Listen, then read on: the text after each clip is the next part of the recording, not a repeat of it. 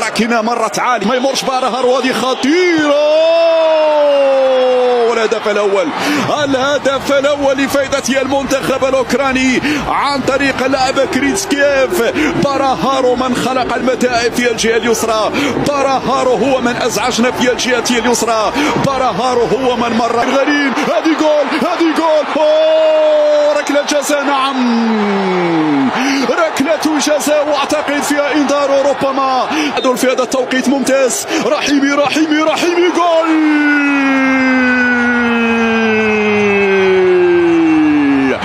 الأسود تعود.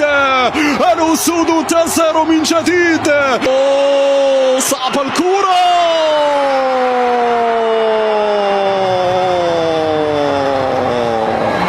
غير معقول هذا السيناريو. غير معقول ما يحدث مشاهدينا الكرام.